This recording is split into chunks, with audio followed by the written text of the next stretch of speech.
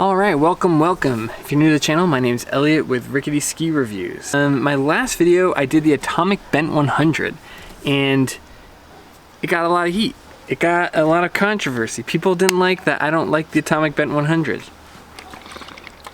And to that I say, okay. Why don't I like them? Because they don't carve very well. They like load up half a turn, they only give you half a turn. Other skis that ski in the powder well and ski in the trees well, like the Salomon QSD, they can do that and they can carve. How the Atomic Bent gets away with that? They don't. I gave them like a 6 out of 10. I think they do great in the powder. They're definitely light. They feel pretty poppy in and out of turns in the powder, but they don't really do anything else.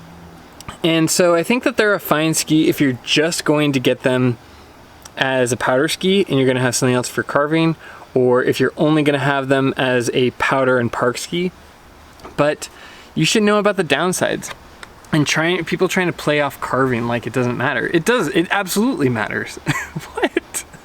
Here's my rationale. Somebody said, oh, well, look at how popular they are. They're so popular because people don't care about carving. It's just the old racers that care about carving. What? No. Okay, here's my rationale behind that. Skiing is a lifetime sport, and you can't do jumps and tricks and park skiing forever. Yeah, it's super crucial to a ski. What are you talking about? When I'm talking about carving, I'm talking about turning. These are shaped skis. If you don't care about them carving, then go back to straight skis or something. But like, this idea that carving doesn't matter is totally bogus. And if that is the case, if you don't care about carving, then just watch the full review. I give you an analysis of how they do in the trees, how they kind of float in the powder. I give you that analysis. If you're only going to use it on powder days, yeah, it might be great.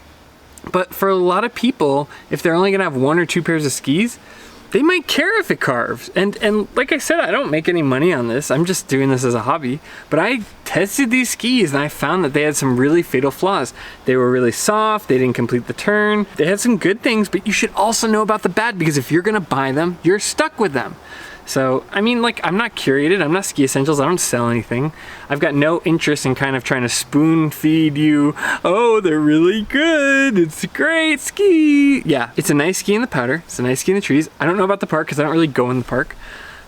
But they have this major flaw, which is that they don't really carve. And don't you want to know about that? And if you don't carve and you're just kind of hot dogging down the hill, then yeah, they're probably great for you. But for people who want to like learn how to carve and do it as a lifetime sport and get better and improve, hey, maybe pick something up. The Atomic Bent has kind of become, I don't know, almost like this flagship ski. And I don't think people realize that there's a lot of better options, especially if you're not touching the park and you want something that can carve as well. So today we will be reacting to Curated's review of the Atomic Bent 100. This is the 2024 version. I reviewed the 2023, but they're the same ski. It's just a different top sheet. So we don't need to worry about that.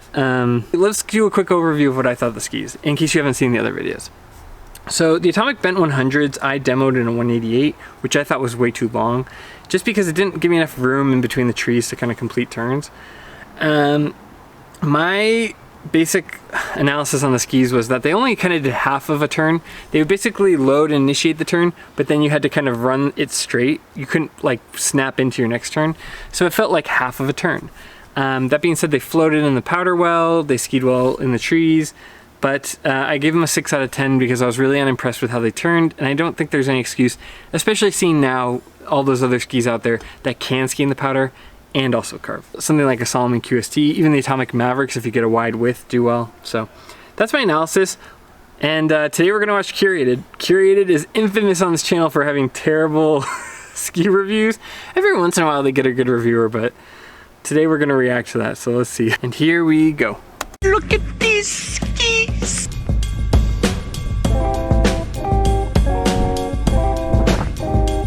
What's going on, everybody? Hayden right here at beautiful snowy Snowmass. The name checks out today. Nice pow day for the boys. We're out here testing some 2024 skis. Times have been tough at Curated. They're only doing the 360 camera. God, it really doesn't show you much, and the skiing I saw, these people look so uncomfortable, kind of hunched over in their skiing. You're in powder, relax, lean back a little bit. You got wide enough skis. People get so stressed out in the woods.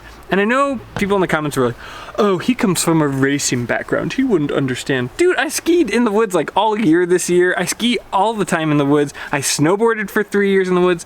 I love skiing in the woods. I love skiing in the powder. Don't get it twisted. I mean, I know how to carve because I have a ski racing background and I like enjoy the carve, but I also really enjoy going off trail, going in the woods, going in the powder. I mean, that's where the best skiing is. So I just enjoy good skiing. I don't care if it doesn't have to be carving all the time, but you know, for wood skiing and powder, that did not look very good. Today, I had the honor of jumping on the 2024 Atomic Bent 100s. And just so you guys know, we are both unsponsored and unaffiliated with Atomic or any of these brands of the skis that we have been testing. So it's just Jake and I out here giving you our honest opinion on what we think of these skis. But you sell the skis. It's not just you and Jake. It's not the Jake and whatever guy channel. This is Curated, who is a ski seller. We're not biased because we don't work with Atomic. Yeah, but who distributes the skis to you? Atomic. I mean, I like Atomic skis. I don't like these skis, but you're not unbiased like you say you are.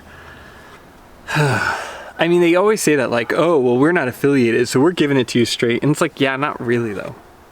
Anyway, let's keep going. I do this rant every single time, but these curated videos make it sound like they're just kind of a mom and pop YouTube channel. And as someone who is a small YouTube channel, no, you're not. You're selling the ski. You care about selling skis and moving inventory. So don't pretend like you don't have this bias that you have. Anyway. Atomic claims Bent 100 is the lightweight wood core with generous powder rocker to just allow the skier to just slash, turn, and they say slarve all over the mountain. They claim anyone with a buzzsaw can prove it. Yeah, they're made out of poplar. Why are you saying they claim? And they're made to slash and slarve. Ugh. That's like a last resort thing. That's not like a thing a ski's designed to be good at. This guy's got no idea what he's talking about. I know I don't like love these skis, but I hate the commentary even more. I've helped thousands of people find the perfect skis for them. So if you're not sure where to start, come on over to curated.com, hit that link below. Again, Jake and I woke up in the morning, saw the snow report, we're real fired up. We actually had some POW skis to test on a POW day, and dude, this guy talks like he's Blippy. What? Real fired up. We're going on the powder. Like, yeah, as you do on a powder day. At least I can, if I'm gonna be fair and positive, at least they're taking it real powder. That's the thing I always have to scratch my head at Ski Essentials. They get some powder, but it's not like, this is what the ski's designed for, really. And they've said in some videos recently that like, they almost save ski reviews for days that they do get powder, which I can appreciate. But I don't know, if you're gonna, this is like, this. I think this is where the ski really shines. So at least I'm glad to see some good locations. I don't know. These things checked all the boxes for me. I had an absolute blast. It's 100 millimeters at the waist, but yeah, if they don't carve, they would check all the boxes. What are those boxes? They check all the boxes for me. Anyway, maybe he's gonna say, maybe I'm just interrupting now. I found it real easy edge to edge. I didn't experience too much chatter, but towards the end of the day, when it got to be a little bit hard packed, these did get a little bit of chatter. But my overall impression of the Bent 100s was a super fun, easy turning. Look at how much snow that is. When it got hard packed, what, like 2 weeks later? I guess a week later? The snow doesn't just pack down within the day. You didn't take them on hard pack. And that's okay, they're not meant for hardback, but don't claim that. Where was hardback? Like, did you ski through the parking lot? What are you talking about? Okay. Anyway, I can only roll my eyes so hard. Ski. It's a little stiffer underfoot to give you a little bit of more confidence as far as carving goes. Stiffer underfoot? These things are so soft. I guess if you're not flexing them, you don't notice that. What? Okay. Okay. I mean, they do have poplar wood, so they can be firm on the turn initiation, but I don't know what this guy's talking about. Okay. All that camber underfoot, they held an edge great. If you're a freestyle skier, this skiing looks so bad. It's so uncomfortable. Even in the 360 camera. The 360 camera has like save some of these guys' skiing footage, but not today. He's just like, looks awful. You have fresh powder too, so it like softens like a bunch of those bumps and lines. It should be easier. You shouldn't be going that hard, or you should be able to ski in a line that helps you float through the powder. This looks awful, and he's doing that stupid thing where he sprays himself in the face. Okay, anyway. Touches myself. Consider the Bent 100s for your slightly wider all-mountain weapon. These things have good amount of pop. They were real, just forgiving. All-mountain weapon? No. I gave the Ski Essentials guy a hard time for this too. I mean, you can say that they are diverse, I guess, if you want to say like they're powder and park, which I guess makes them kind of diverse, but they're not carving skis. They're not going to do most of the mountain where there's groomers. I don't know. These guys are totally out to lunch. All mountain on a powder day maybe, but these, I mean, even the Ski Essentials guy said these aren't good in the groomers. They feel like floppy noodles, really. I mean, anyway. They're not bad skis if you're just looking for powder and you're looking for a twin tip that you can take in the park. They do that part well, but if you're somebody who really cares about turn initiation and loading the ski and having something that's fun to go between the groomers and the powder and go off trail, this isn't the ski. This is a very, very overrated ski. I'm just gonna tell you how it is. I know everyone got in their feelings last time I talked about this ski. I get it, it's a popular ski, probably a lot of people own it. But I'm not affiliated with anyone. I'm going to tell you honestly, I demoed these skis and I didn't really like them. Okay? They have some really, really glaring weaknesses that people don't want to seem to talk about. I know, well, the Atomic Mavericks have metal, so they're really heavy. Dude, they're like, I mean, I guess I need to check, but I'm pretty sure the Mavericks are only like 50 grams heavier or something. Or maybe 150 grams. They're not like much heavier. So that argument doesn't really hold a lot of water, in my opinion. Surfy like, if you like to do nose butters or tail butters or want to learn how to do them, definitely doable on the Bent 100s. So as far as skiing switch on the Bent 100s. Okay, I'll just take your word for that. I don't know. If you're trying to learn, I don't know if you should buy a whole ski for that. That's my opinion. I would probably buy something used if I was like trying to break into that area. 100s, it's definitely doable, especially because you got that Horizon tech in the tail and the tip. But down here, you get a little bit of So a twin tip. The Horizon tech, does it really add anything in the tail? Maybe it does, but I don't know. The Horizon tech is more to make it like a boat, so that when you're floating through powder, you stay on top. And you're probably not riding switch when you're in the powder, so I'm not sure that the Horizon tech has a ton of influence on the skiing switch. I can ski switch like down the cat tracks, so what do I know? But this sounds like nonsense. And knowing Curated and knowing everything else they say, there's a good chance. Also, this guy like copied the Ski Essentials jacket. It looks exactly the same. You're doing ski reviews, you're gonna pick the exact same jacket? Okay. rise in the tail for some switch pow skiing. With the Horizon tech in the tip and the tail, this is going to allow the skier to land those deeper pow landings. Oh god, that skiing looked awful. I'm not surprised if he fell or whatever. Maybe he landed it. But look at the skiing beforehand. He's just hunched over like this. He's not even really skiing. You got fresh powder there. You're not even gonna enjoy it. The bounce and float on top of the powder is what feels good. Not just sitting back and like getting first line just to ruin it. Ugh. This is heartbreaking. God. Anyway. It's bad skiing, wasted fresh powder. I gave them slack last time for the 360 camera, but I'm not gonna do it anymore. This skiing doesn't look good even with the 360 camera. And I don't know what these guys are on. I don't know these experts. With a little bit more confidence because you're gonna have that float in the tail as well as the tip. So my overall impression of this Why are you skiing switching the powder? Why does, okay. ski, super versatile, super nimble. This is a true free ride tool. If you're skiing anywhere off piste in less than a foot of snow, this ski really shines with a relatively light swing weight that remains nimble in ungroomed terrain. Okay, I can respect that. I don't know why he specified under a foot though. Wouldn't it be good over a foot? And it's nimble, but it felt on the heavier side to me. I mean, it's kind of light, but it's not like the lightest ski you've ever skied on. Although, this guy's a good skier. I mean, what he's saying so far tracks, but I don't know why he specified it's really good for under a foot. Because it's 100 width. Like, you should be able to get through most powder in that. I don't know. People get a little weird with width, but I think he's a little off on that. I would say these are probably good for like up to 2 feet of snow. Just my opinion though. He hasn't said anything too crazy. If you're in super deep powder, you might want to go with the bent 120s. If you're an intermediate skier and you're looking for something that, you know, can handle off-trail skiing, but you're still mainly skiing on trail, this is definitely going to be a very approachable ski for you to. What? You're suggesting this to intermediate skiers who are going to stay on the trail? No shot. No shot. You're going to stay on the trail. Don't look at these skis. If you're going to go in the powder in the park, great skis. But staying on the trail as an intermediate, no shot. That's because this guy doesn't know how to carve. If you're an intermediate and you're going to stay on the trail and you want to like learn how to carve, because that's what you do on trail, dude, get an Atomic Maverick, get, I don't know, a Fisher Ranger, get a Solomon QST, get any, I don't know, there's almost any other ski. This is not the ski for on trail. The first guy, Jake, said it right. He was like, these are good for off trail, they're springy, they feel good there. I got no problem with that. This other guy who's jumping in and saying, if you're an intermediate and you're gonna stay on trail, what a load of baloney. This guy has no idea what he's talking about.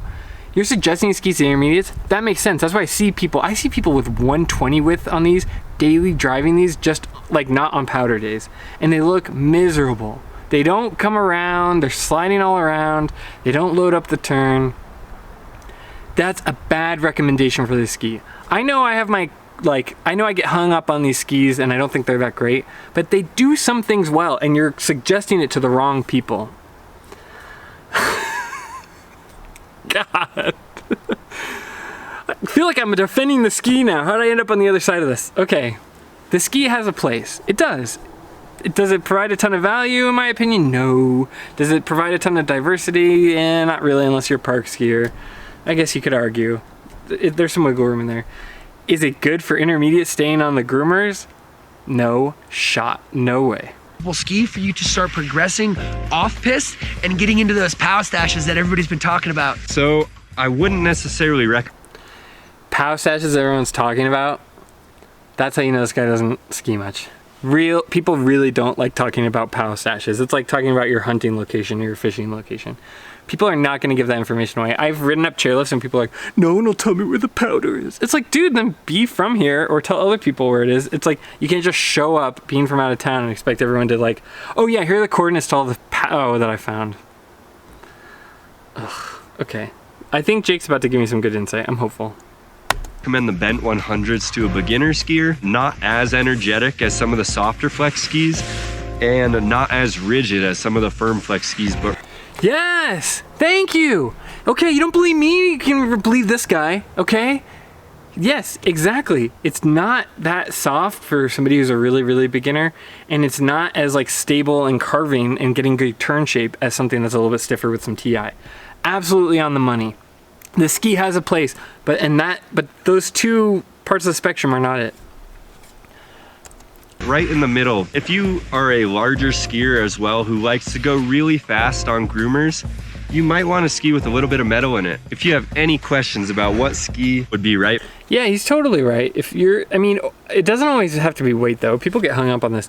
It's just, I saw a comment that was like, well, how do you flex the ski? By weight. Can you create more weight downward? And it's like, no, you use the boot in the binding as a lever. So it's like how strong you are and how much you can flex. Weight helps, but it doesn't do everything. Like, that's why you can see really small skiers who ski big, like Titanal skis. It's about leverage. It's about strength in your legs. It's not 100% weight. Okay, that's a nitpick, but it bothers me that people kind of have this misunderstanding about it. I also just feel like this is somebody who doesn't care about carving, freestyle skier, powder skier. If you're in that area, this might be great for you. But if you're looking for a ski that's going to do powder and carving, you'll be really disappointed. That's why I always tell people, okay, if you're really set on getting these, just try them. Okay, at least try them. It's not, you know, most places it won't cost you anything. You can do it towards your purchase. Try the ski, because the way that it's marketed and the way that it exists are very different things. It's marketed kind of as this catch-all ski, one ski quiver, and it's not. It has a place, but it's, you know, it's got a place in the powder and the freestyle, not for every Joe Schmo. And, you know, they sell a ton of them, and I don't know. I would guess a lot of it is like people not trying skis and just ordering stuff online based on the graphic. That's my theory. I've got no evidence to back that up, but from where I'm standing, that's kind of what it looks like. For you, come on down to Curated and get connected with an expert like Hayden or myself. If you like what you see, hit subscribe, drop us a like. Feel free to leave a comment. Let me know which ski you'd like us to review next. Okay, Jake had like really good insight and he was being really honest. That's probably why he didn't get as much airtime as the other guy. Because the other guy's just kind of a hype man. Yeah, he had some good insight. He said a couple things that were a little off the mark, but overall, like, Jake had pretty good insight into this. I was impressed. So that's my summary. Again, these skis are like so heavily marketed to everyone, and they're nice skis. They're good at what they do, okay? If you're looking for like a specialist ski in powder, I know that you can put a touring binding on it. You can take it in the park. If you want something that's gonna kind of check those specific marks, this is a great option. It does those things well. But this is a lifetime sport. If you're gonna be on the groomers a lot, and sometimes you just have a bad winter and that's where you are, I would not be happy in these skis. They are really kind of a washed out turn. They don't arc well. If this is the only ski you're gonna buy for the season and you're not gonna have any other carving, definitely try something else, because these do not carve well. It's about half a turn, but if you don't care about that, I mean, live your life. I don't know. I'm not your mom. I don't care. I don't care what you buy. I don't make money based on what you buy. But I do care about the truth. And the truth is these skis don't carve very well. Okay? That's it. That's it. They don't carve that well. They do a lot of other things really well. But those are things that I don't necessarily care about. Now, if you don't care about carving, take my review on the powder. They float really well in the powder. I've heard that they're springy and a lot of freestyle skiers use them. I can't vouch for that part. But for carving and for just like skiing around the mountain, I did not like these skis, and I would not want to ski on them more than like half a day. I even like rented them for a full day, and I think I had about an hour left with the demo, and it was like I just wanted to put my Vantages back on because it was good snow and I wanted to be able to, you know, cruise through the carving and then hop into the powder. And for people out there who are saying, oh, well, no one cares about carving anymore, you might eventually. It's really fun. It's like, I don't know, it's almost like surfing, the way that the surfboard kind of catches in. I don't know how else to describe it, but you're missing out. So that's the end of my video. If you like this content, please subscribe. You can go ahead and give it a like, give it a thumbs up. And if you're really into this content, you can actually hit the bell. That way you'll get notifications as my content comes out. That way you can see this stuff in order. If you saw this video out of order, maybe the first part of what I said was a little confusing. So you can see my reaction to Ski Essentials review of the Atomic Bent 100 as well. But overall, just thanks for watching. I really appreciate it. I really love making this kind of content, and I really love talking with everyone in the comments section. So as always, I'll see you in the next video, and yeah, see ya.